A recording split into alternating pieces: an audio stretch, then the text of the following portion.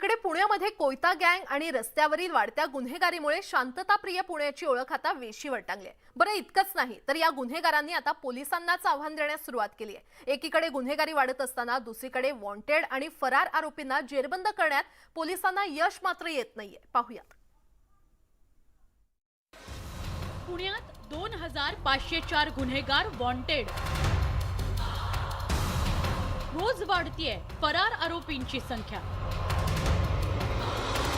पुणे पोलिसांसमोर मोठं आव्हान।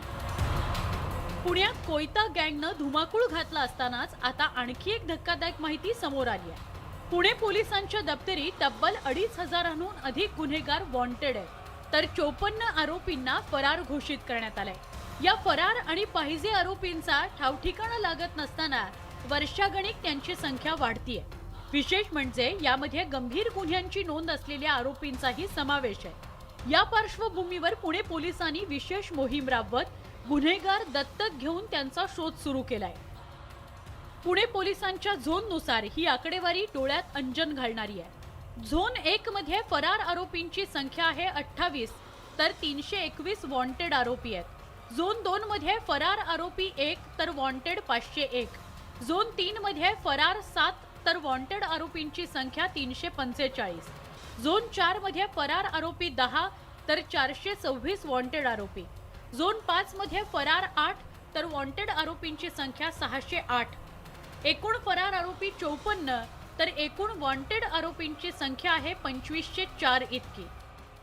यादी बनवण्यामागचा उद्देशच हा आहे की शरीराविरुद्धचे जे गुन्हे घडत आहेत त्यांना प्रतिबंध व्हावा किंवा वारंवार गुन्हे करणारे जे गुन्हेगार आहेत त्यांच्यावर पोलिसांची निगराणी राहावी किंवा त्यांच्यावर योग्य ती प्रतिबंधक कारवाई व्हावी या उद्देशाने ही यादी तयार करण्यात आलेली आहे। संपूर्ण याद्या आता पोलीस स्टेशन आणि क्राईम युनिट यांना देण्यात आलेल्या आहेत। पुणे शहरात दरवर्षी 10,500 गुन्ह्यांची नोंद होते। त्यामध्ये खून, मारामारी, लुटमार, तोडफोड, फसवणूक, दरोडे अशा गंभीर गुन्ह्यांचा समावेश आहे।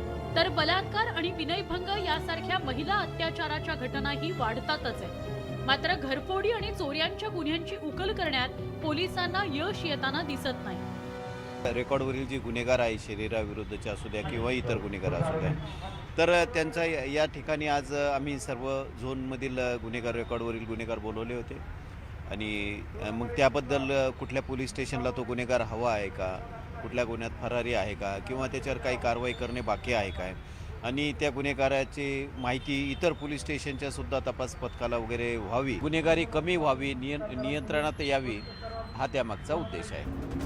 पुणे शहरात जवळपास 1976 सालापासून वेगवेगळ्या गुन्ह्यातील तब्बल 2504 आरोपी वॉन्टेड आहेत, तर न्यायालयाने फरार घोषित केलेले 54 गुन्हेगार यांचा पोलिसांकडून शोध घेतला जातोय।